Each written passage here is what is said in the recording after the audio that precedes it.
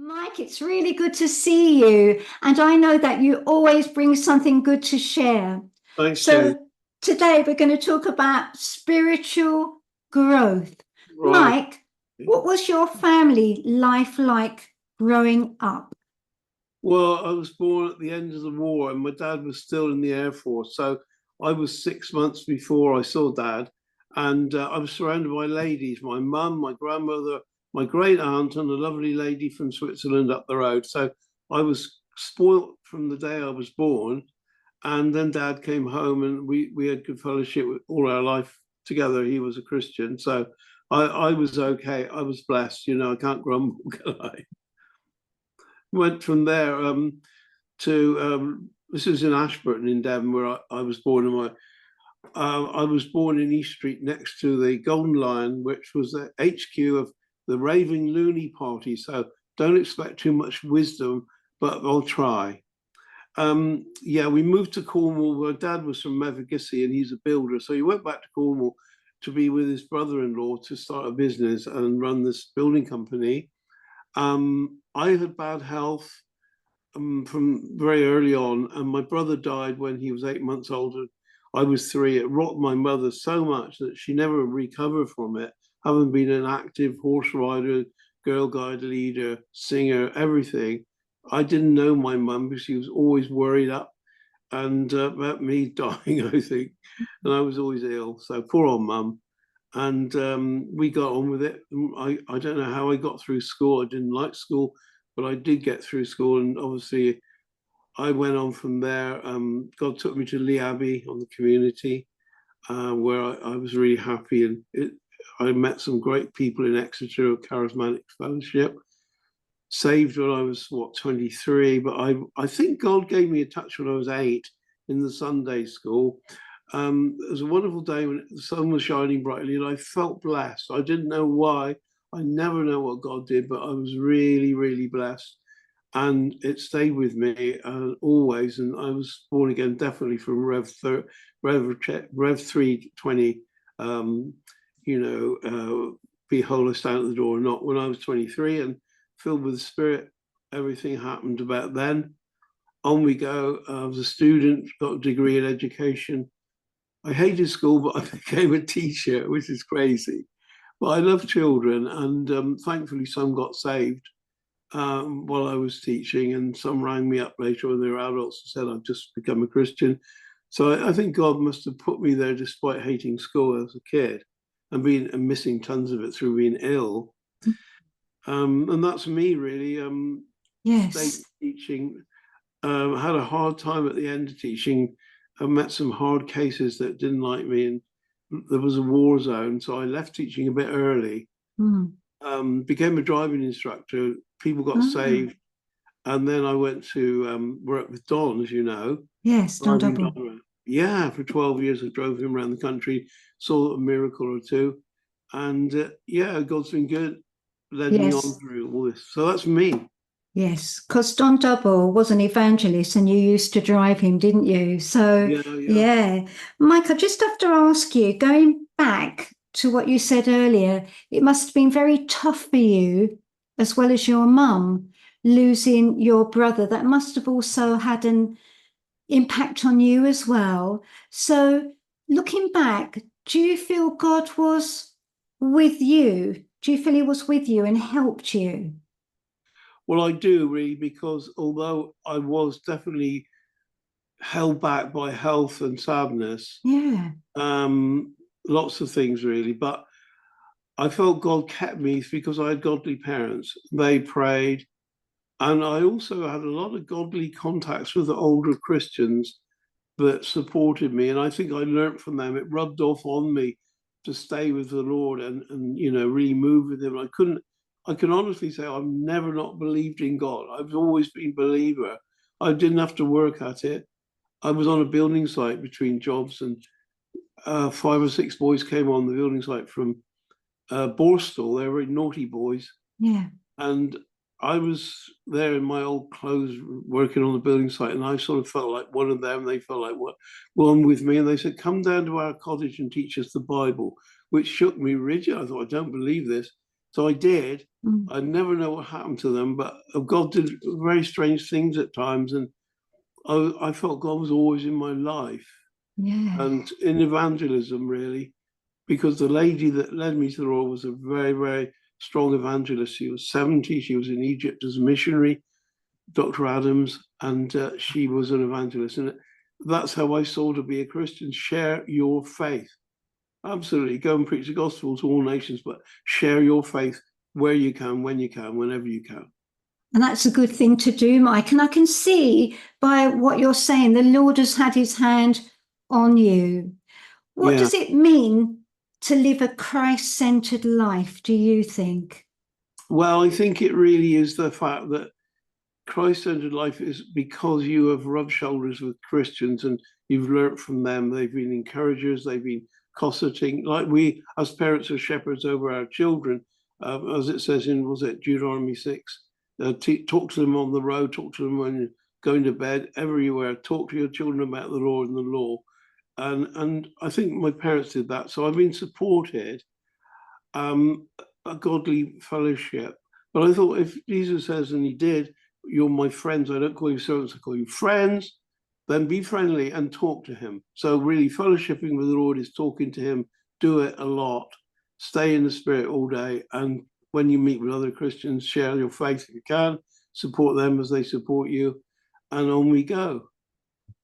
Yeah, I think there's some good top tips there for all of us. So, have you read a book that has made an impression on your life? Yeah, I read it. My dad was given a book that she passed on to me, The Beginning of Wisdom by Duncan Blair, I think it was, and IVF Fellowship. And I read it and it impacted me when I was, what, I don't know, 16, 17. And then it went on from there to when I was running an Oxfam shop and a local minister, Reverend Dowley, let me use his undercroft of his chapel to put all the gear, clothes and gifts in. And he used to, I didn't know it, but he was a very good friendship evangelist. He was a friendship evangelisting me with giving me Christian books. And the book he gave me, which really got me, was Basic Christianity by John Stott.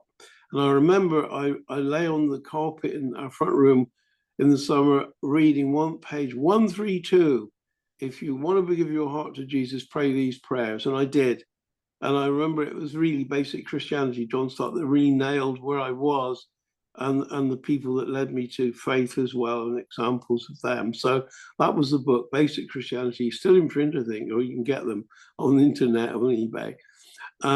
That's when I really began to say yes to God on as much as I could.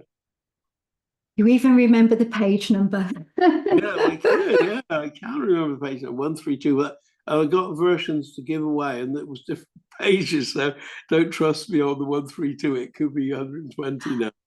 That's lovely. What would you say was one of your strengths that the Lord has given to you personally?